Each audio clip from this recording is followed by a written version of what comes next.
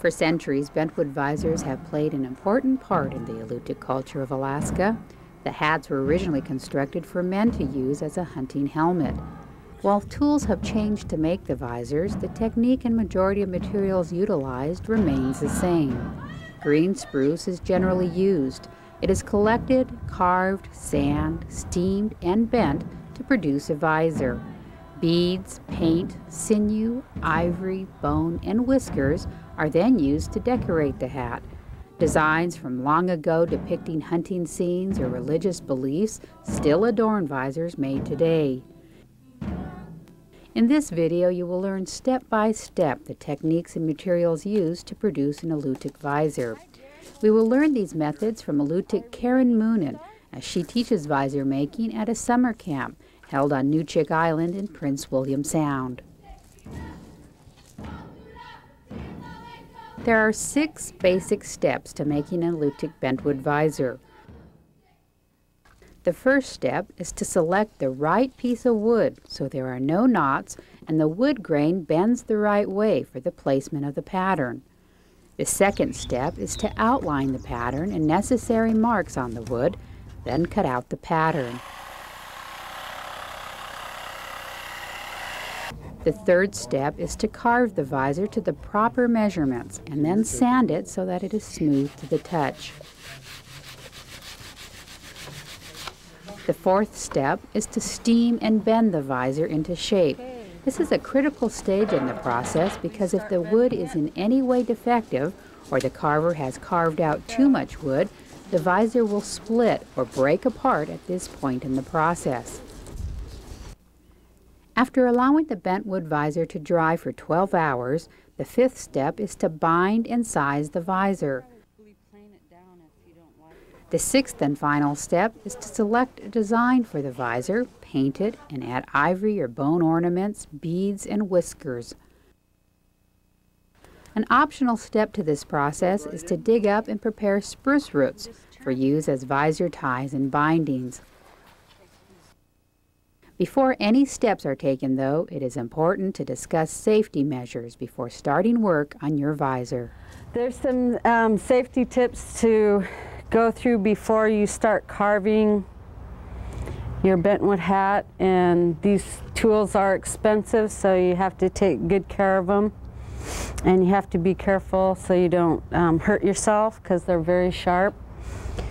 And never take your carving tool and carve towards yourself because you could stab yourself, and it has happened.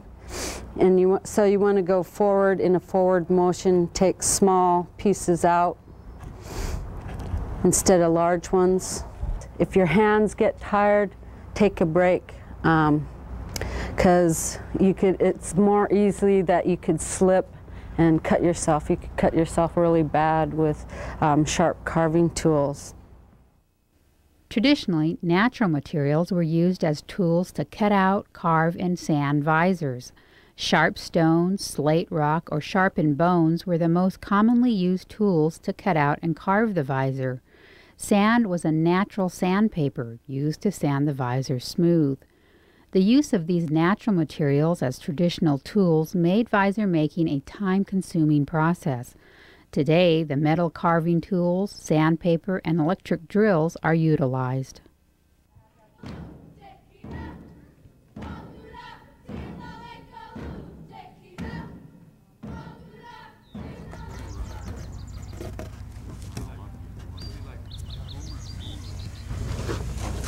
This is a really nice piece. It doesn't have any knots in it. It'll work really well for a bentwood hat. When first starting to make a visor, careful attention must be made to the wood grain and knots for placement of the pattern. For the purpose of this video, we will not detail the pattern, its measurements, or its cutting, as this will have already been done for you. The grain of wood, as you can see, is up and down this way, the grain of the wood. It doesn't go across here. So that's how the wood was cut, and the pattern was placed on in that grain direction. And so your next thing that you're going to do, you're going to pick up your piece and you're going to look at it sideways in here. And even you could look at the tip of it and find where the natural bend of the wood is going to naturally bend.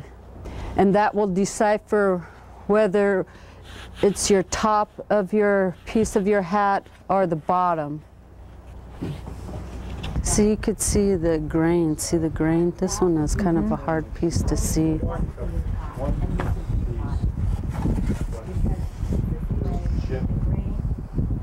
Can you see it? Can you see the grain? Looks like it's going this way. See, you could even see it on the side. See how it's coming? So this would be the natural bend of it. See, you're bending it. No, this is your top. So you'd mark. Oh yeah. So you'd be, this is your top half, and this is the bottom part is what you'll be carving out. Okay.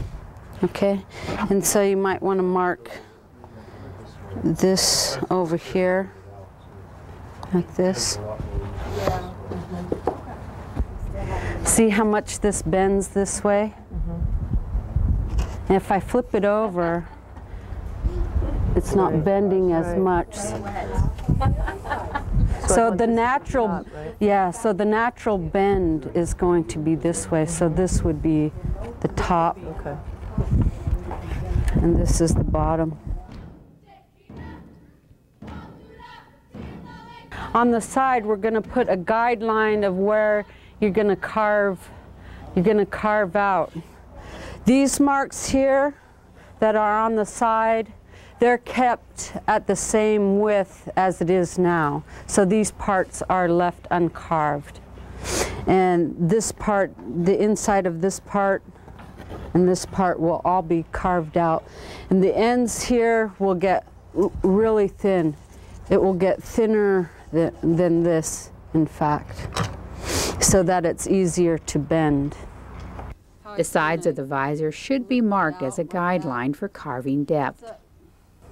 And you just take your pencil and you hold on to it, kind of put your finger as a guide, like this, and you just go all the way around it. And it's approximately maybe a 1/4 of an inch thick, the mark. So you're going to carve all this out in here. Okay. And we don't take any off the top? No, just the bottom. You're going to come all the way back to here. Okay. And the same guideline on the back? Yeah.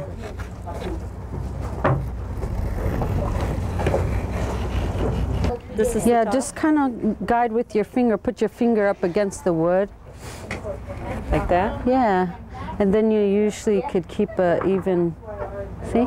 Oh, all right.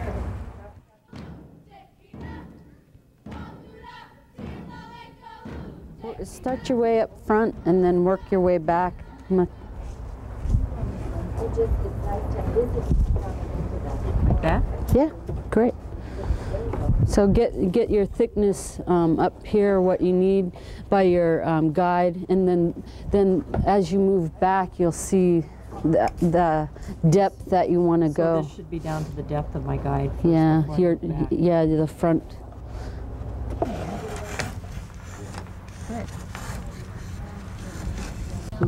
This is spruce, and the best to have it when it's still green.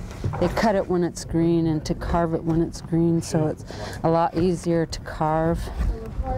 And the wood is kept, try to keep it in a cool, damp place when you're not working with it, so it don't dry up on you. There are many carving tools available for making a visor. The ones that you use depends on which are comfortable to handle. Ask your teacher for assistance in selecting the right one for you. Take care of your tools. Don't bang it against the table.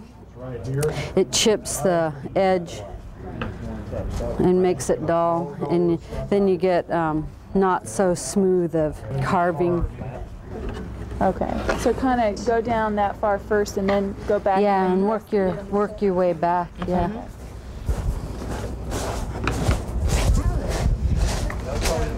Thin enough? I don't know, is that thin enough? Well, I'd go a little bit thinner, yeah. Okay. Okay.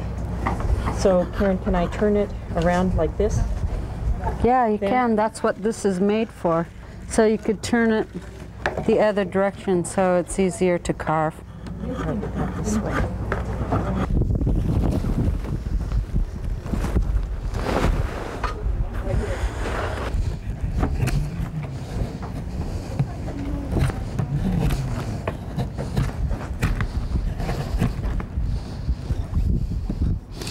Here you'll even get thinner. We'll use a different tool called a spoke shave to get it real thin. Okay. It's kind of like a plane, a two-handled plane. After we've carved both sides, our next step is to use the spoke shave. This is called a spoke shave, and it's like a planer. You could also use a planer. If I take the tool and run it straight, it doesn't work as well. So you want to try to use it at an angle.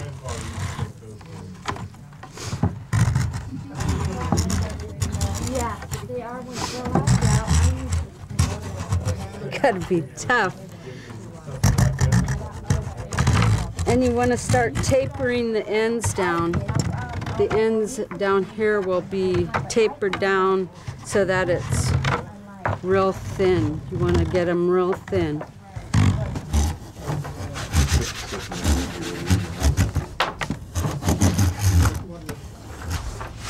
doesn't seem to be.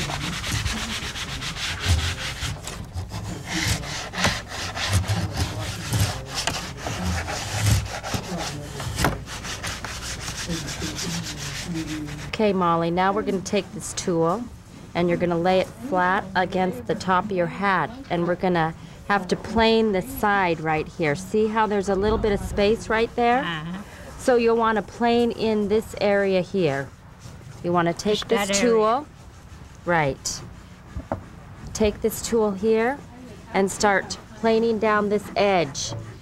And we're going to work on this, the inner side of your hat, because then when you put this tool back up here, it'll sit flush with the side.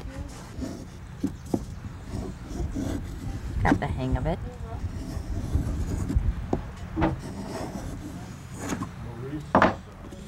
That's it. Think you got, okay, there you go.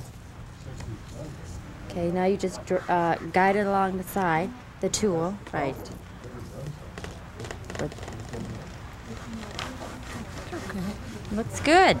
Okay. That's it.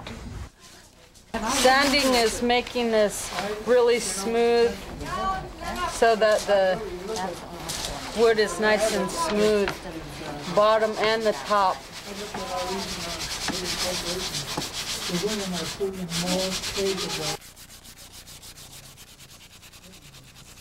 You could sand it with the grain or across the grain.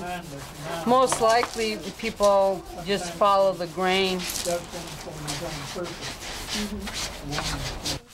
The first part that will bust usually on bending them would probably most likely be this part here. Second critical part is to get this pretty much real thin, because this is the second place it will break because of the bending. It will start bending a really sharp bend right here. I'm trying to sand these notches out that I made when I was carving it. It's kind of hard to do. Why? This side, well, because they're so deep. And if I sand it too hard, it bends. I'm afraid I'll bend it too much. See how light? That side's pretty thin.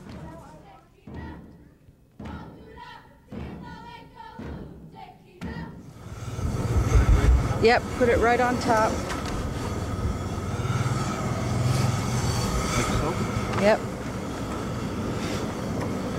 I think we're putting them upside down.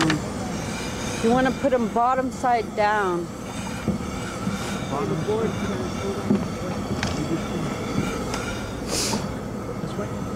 Yeah. Great. Okay. And Bob's going in. There we go. And we're gonna check them in a half hour. Yeah. Instead of rock hunting it, or do they just not No. absorb wood? Okay, let's get the lid back on.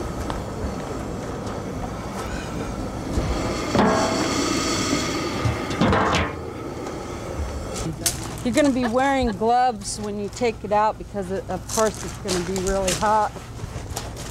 And the first bend you're going to do is this one to get it in here. And you don't have to press on it really hard.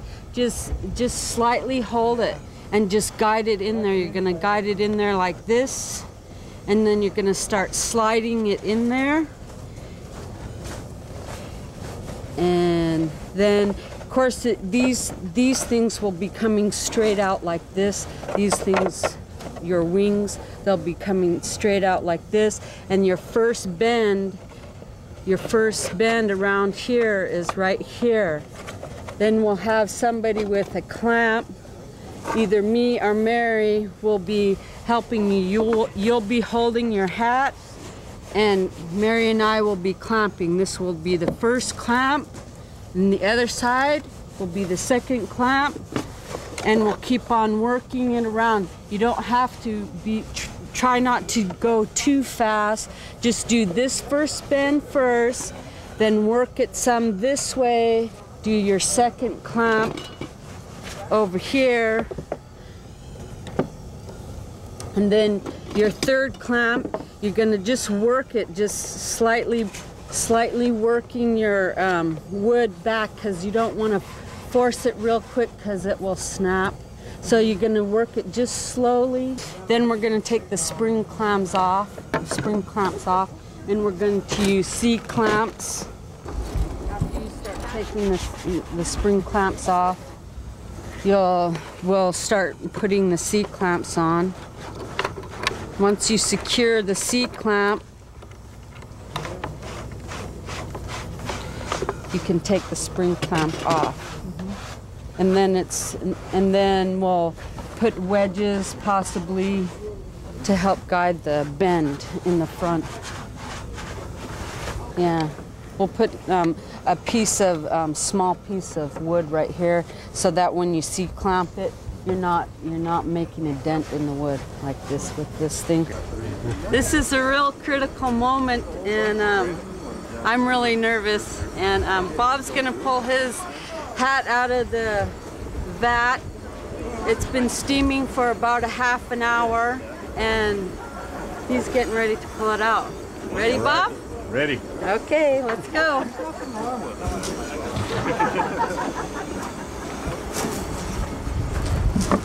This one? It's yours.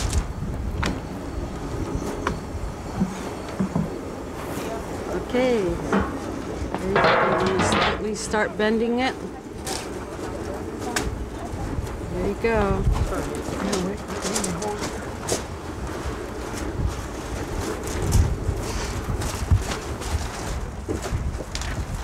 Okay, you might want to take your gloves off now that it's cool enough. Ready? Okay. Okay, that's good. You don't want to go up No past. further than that? Yeah, that's good. Okay. Okay, ready for the first one? Yep. First clamp going on. Second clamp on the other side. It's going on. Which way are you going to bend it I'm inside? gonna put this one inside. All right. Let's see. Let's bend, clamp it where your hand is. Okay. We don't want to force it too quickly. Okay, next one.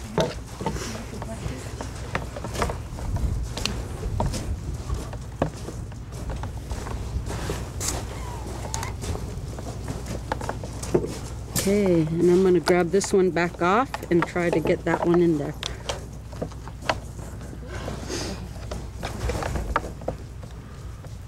Okay, let's move it over and catch the end. Okay, let's see if I can do that. Okay, what about, we're projecting up here, Karen? Well, we're gonna, when we start clamping it with the C-clamps, we're gonna guide this down. Guide that one down. Yeah. Turned out beautiful, Bob. Okay, this one, we'll put a C-clamp here.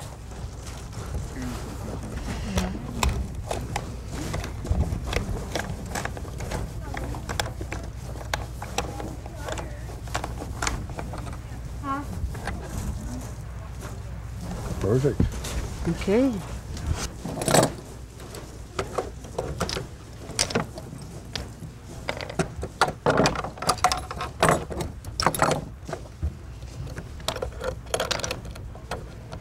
Definitely a four-hand operation. Yeah.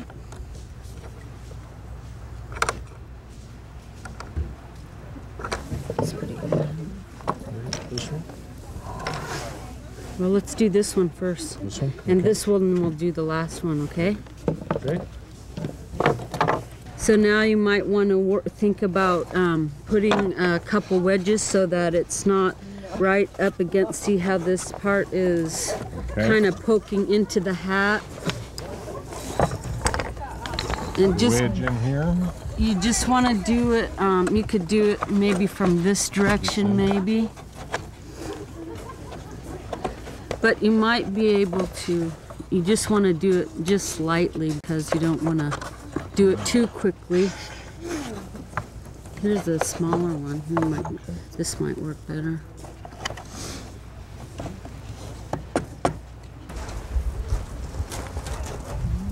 Okay. And do you like that curve inside there? Yeah, it's a little sharp right here. Yeah. Okay. The wedge there. Yeah. How's that shape? You like it?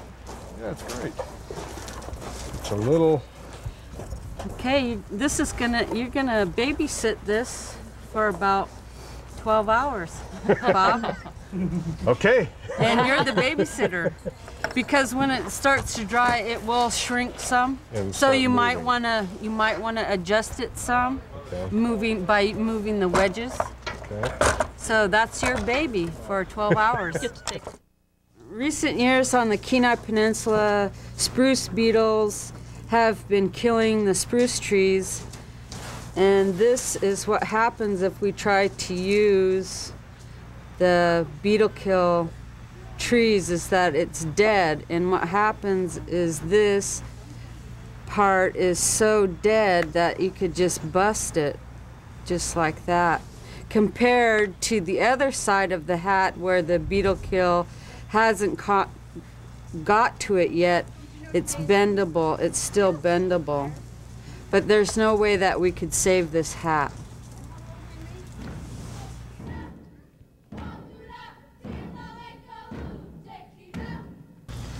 I am just making little holes so we could stick a pencil through to make the mark where we're going to drill holes for the string that ties the bend together, so if it gets wet, then it won't go flat. The hat will keep its shape.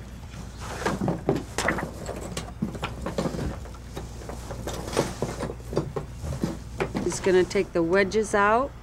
You might want to take the wedges out first. And he's gonna take the clamps off, and then he's gonna pull his hat out.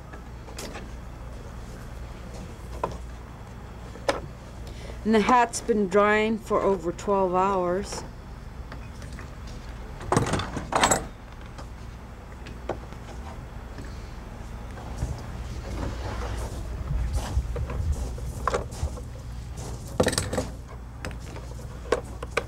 Ooh, it's moving, Karen. It's okay.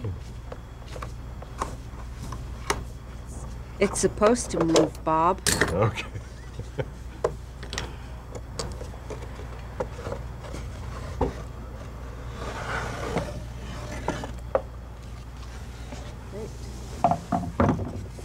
Now, I'm gonna kind of clamp this together Okay. until we get our glue and stuff set up.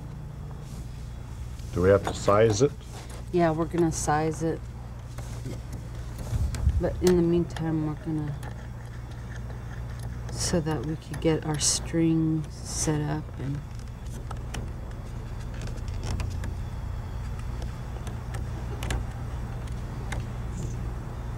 Okay.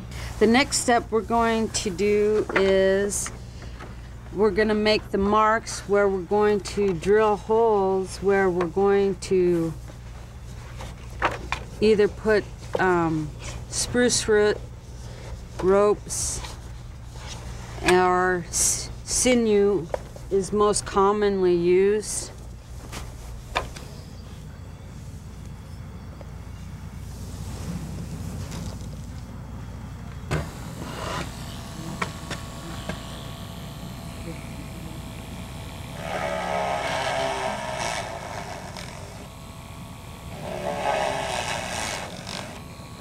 You're gonna put like a groove between the holes so that the thread sinks in so it's flush to the top. Okay. And it's up to you whether you want to use sinew through that or you want to try the spruce root. Okay, I'm gonna soak this dried up split root in the water for a few minutes so that it becomes pliable enough to thread it through the holes and to be able to tie it without it busting. I'm softening up this spruce root I just took out of soaking.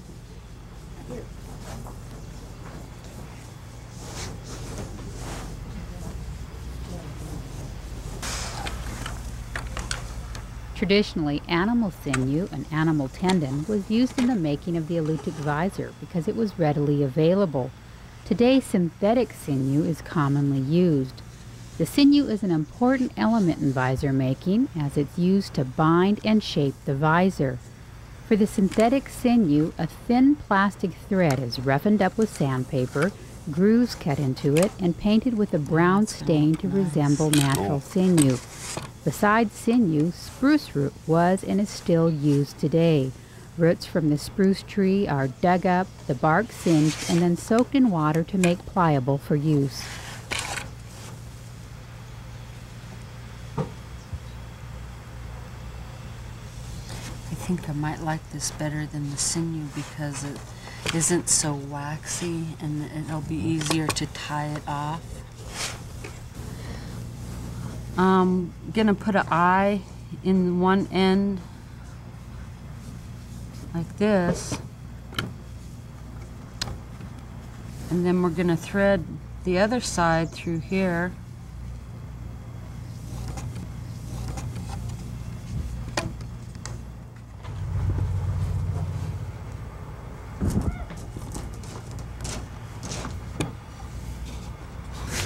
Excellent. Yeah, this is going, even though it feels a little bit loose now, it's going to dry and become more taut. Excellent. Okay, so we're gonna just take them off, the clamps off, and then I'm going to stick it on your head, and you tell me when it feels comfortable to you, okay?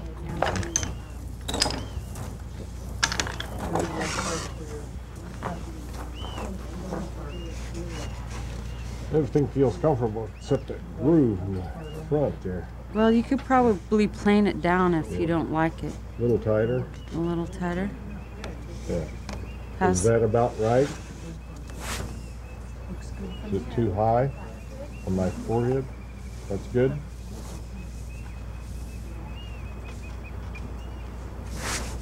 Okay, ready? Ready? Okay. Okay. We're gonna put it kitty corner. This corner here, or this side, and this side. Okay. And the same thing on this down here, okay. and over here. Okay. And then, of course, when you gotta look where your other side is going to be at is right there, right here, and here. Okay.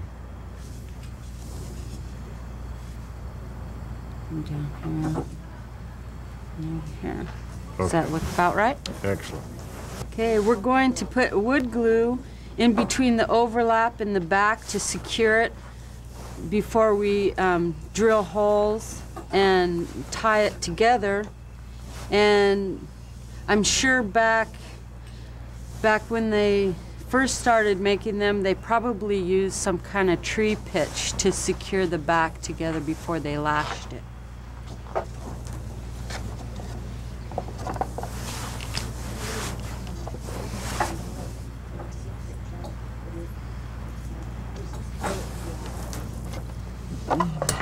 clump it.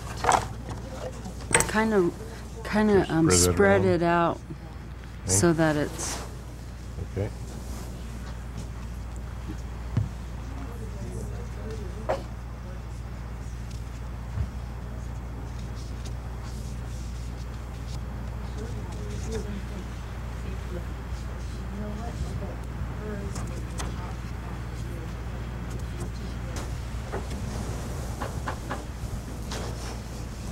And we're just going to use the clamp to hold it together before we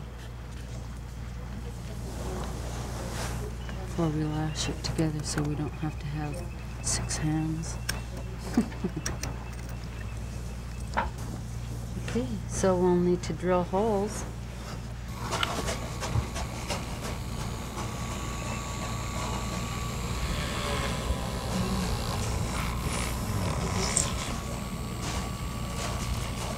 Did you go all the way through both layers? Yes. Okay.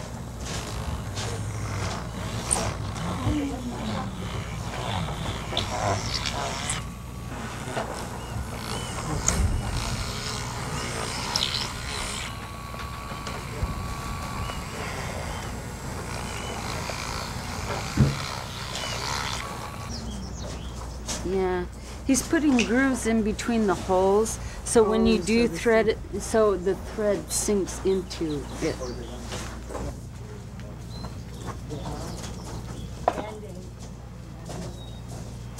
Well, if it works, will that ever happen?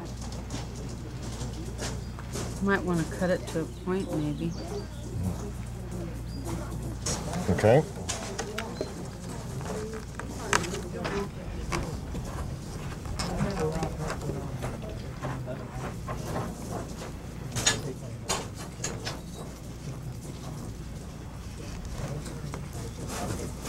It's great, Karen. Beautiful. Are you happy? Yeah, wonderful. Let's go ahead and do these now. Yep. And lash the other two. You might want to keep the clamp on back here while the glue dries for about an hour or so, so that it's, you know that it's real secure. Okay.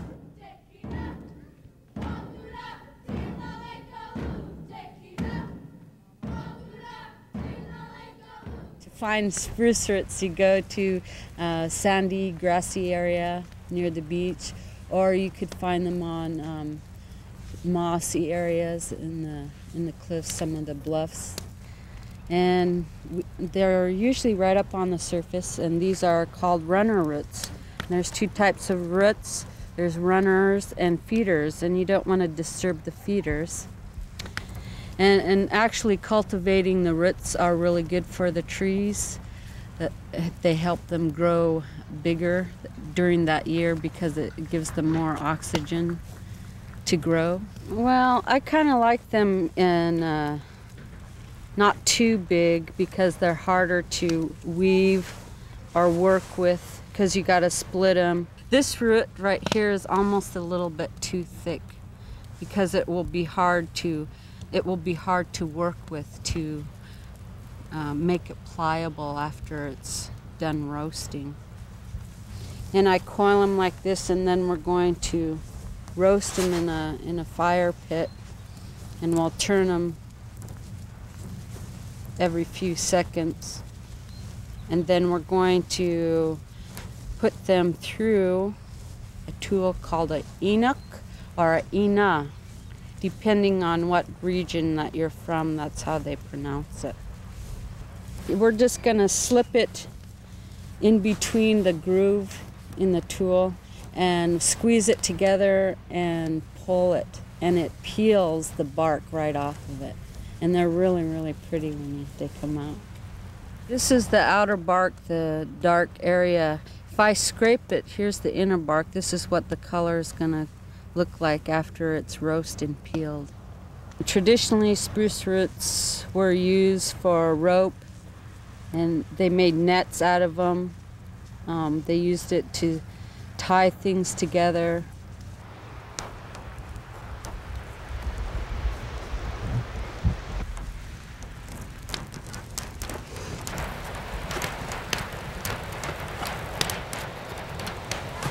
Hopefully I won't burn it. because I can't see too good.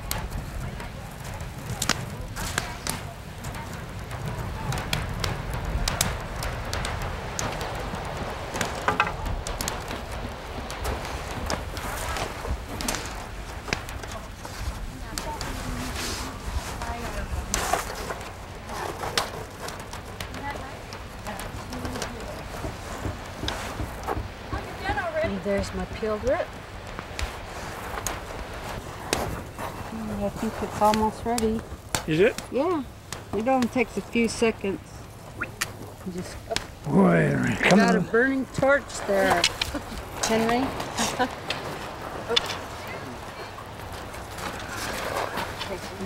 There you go. Ooh. All right, Henry. That's the way the ancestors done it. The root has its own symmetrical center, and this is where it will be split. The first split is in the middle, and I'll follow these little dots. It's kind of like follow the dots, and it'll be split. And as you can see, the fibers of the root are turning, and so the center will change. And you just keep on using these symmetrical centers as your guide as you're splitting the root in half. Okay. I'm going to start off the split with a pocket knife.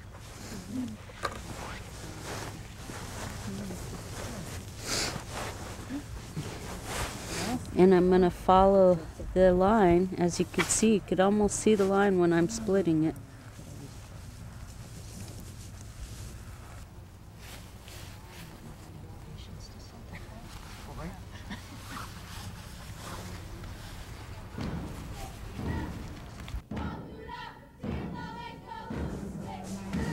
I mean, do you want it more like that, with two colors going in there? Yeah, make this part in between here wider. There you go, come up now, start coming up. What she's doing is really hard to do freehand. Another way to draw a pattern on is to draw it on a flat piece of paper, what you want, what kind of designs that you like, and use graphite paper to copy it on there. Which we don't have graphite paper here in Alu'utiq, so she's being a real artist, and she's doing a good job. When she's done drawing, she's going to use, we're using acrylic paints. Of course, before they use natural dyes like berries, blood, stone, roots, grass. Some of the ideas that you could get for putting on your hat, designs you could get from the book Glory Remembered by Lydia Black. And some of the symbols and paintings that were used could give you good ideas. There's other books that you could try to find in your library and look at and find ideas, different ideas, but basically put what you like on it. These are some of the designs that they would put on the hats that are used. Most of the swirls like this represent the water, waves in the water. Silhouettes were also put on hats of different animals, seals, even hunters were put on there. The ornaments that they put on the hats were carved out of ivory, and they were good luck charms. This is a hunting hat. Depending on the hunter, whether he was left-handed or right-handed, if he were to throw his spear or use his throwing board, he would get tangled in his whiskers if he had it on both sides, so only the whiskers were on one side. These are sea lion whiskers that were put on by the hunters to show that they killed a sea lion. And the more the whiskers on it represent what a good hunter the person was. And even the beads that were in between here, they were represented by sea otter pelts because they traded with the Russians, some of them, and it would be 1 pelt per bead. So they were very valuable hats. Acrylic paint is used to decorate the visor as it gives a more authentic look. If desired, plant or berry extracts can also be used. We're gonna prepare this hat. It's all painted and we're ready to put the sea lion whiskers on. So we're gonna I'm gonna show Maurice where to put his holes at and to get it prepared to make the whiskers. And we're going to come in about 1/4 inch. This is called the anchor hole. We're going to put an anchor hole right here. And it's on this side. We're not going to drill through the center because that would weaken the hat. So I'm putting it off to the side. And then my first set of holes for the whiskers is going to be here and one on this side. What I'm going to have Maurice do is drill these holes on a slant like this. And you could drill this hole just up and straight up and down. Okay? Okay.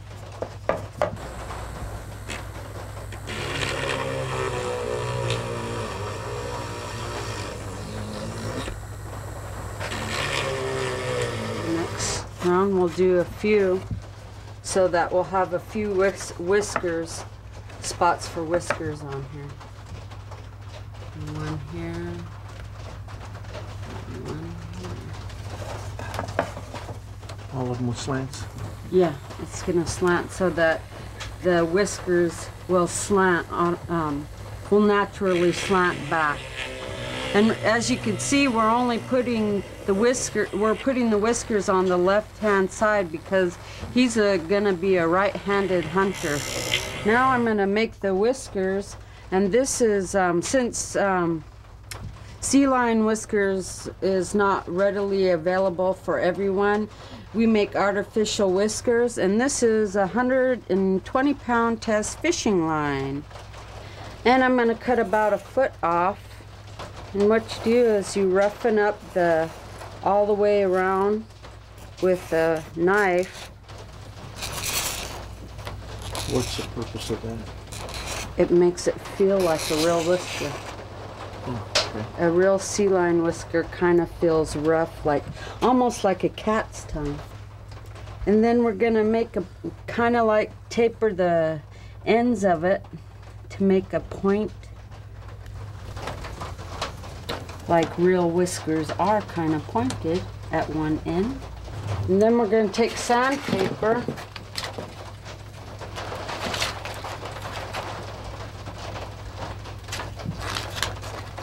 make sure we got all the sides and just pull it through.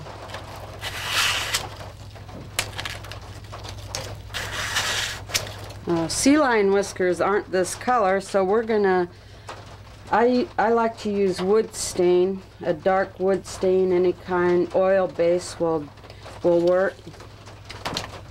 And so I'm just gonna dip it right into the can.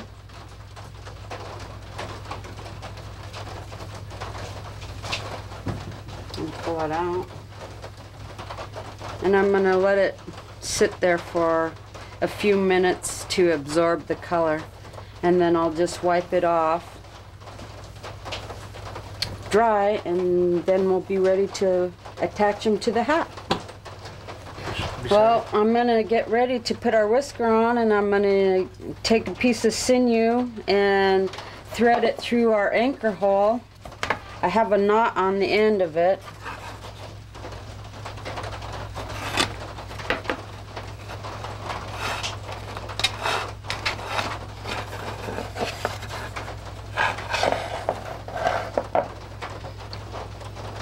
I'm gonna put some beads on there for decoration.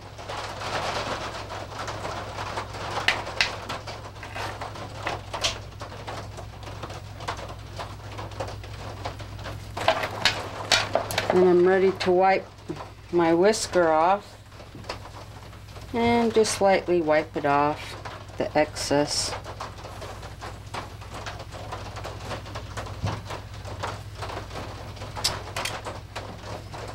And there's your whisker. Then we're gonna thread. You want the whisker to kind of be on this kind of a slant going back. So I'm going to thread from the top hole and up through the bottom hole.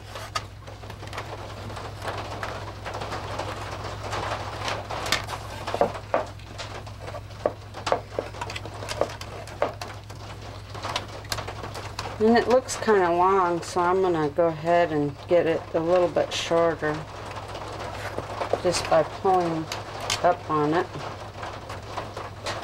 to get the direction that you want the whisker to go. Just kind of keep on turning it through your hole, and when you find where you want it to be, I'm going to cut this off here.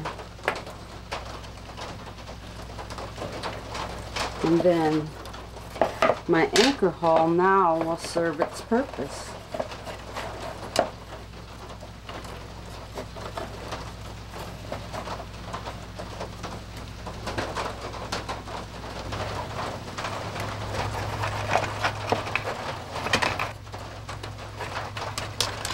What kind of knot are you putting in there? I think this is just kind of like a half hitch knot here. Going down through. I need to roll it over and then bring it back through.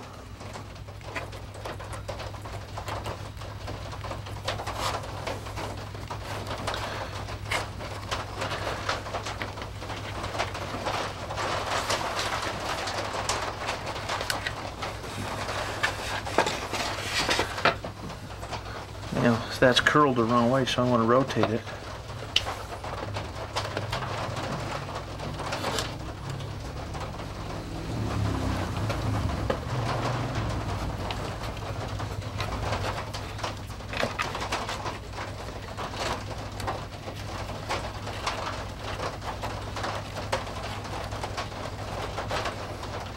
Karen? Now, how tight do I want to have that? Like this? Pulling it over here? Like that? Yeah. And then tighten That's it good. down? That's good. Like that? Make sure you cut off your excess. Right, yeah, but I want to get the half hitches in here great. first. I'm putting the last knot in the anchor hole to secure the whiskers.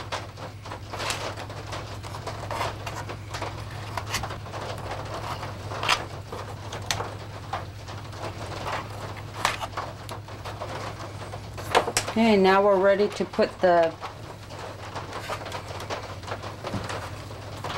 holes in for the straps. Let's find where they are on you, huh? Okay, so right about here would be comfortable. Right about there.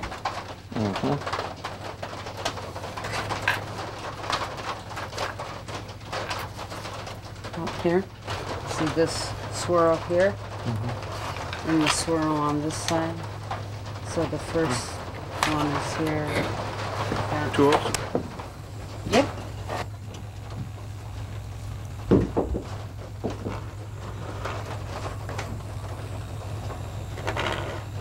I'm getting 3 pieces of sinew pretty close to the same length. If you roll it between your fingers, like this, along that line, and make like a needle out of it so that it'll go through. I think think that'll help make it. I just want it halfway through. Okay. I'm there. And pull it half this thread halfway through like that, where it's almost even. And then you're gonna do the same thing here. Of course, I'm sure we need it even, huh?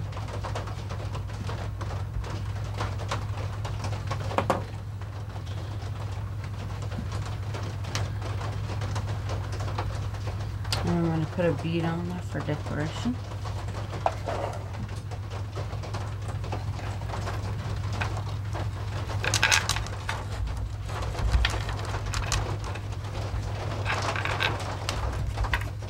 Gonna hold it, and we're gonna braid it.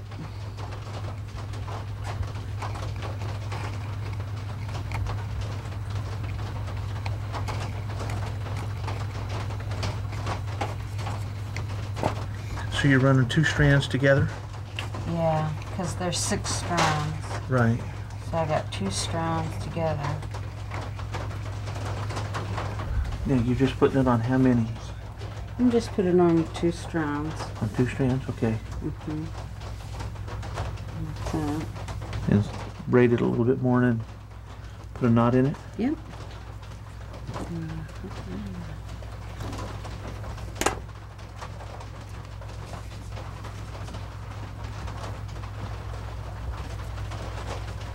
Not too shabby.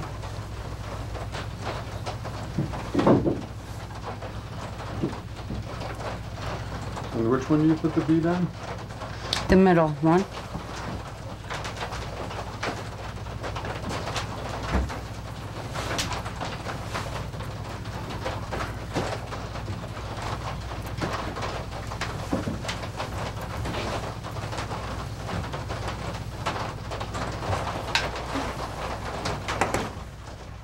And you're done. Now put it on, Maurice.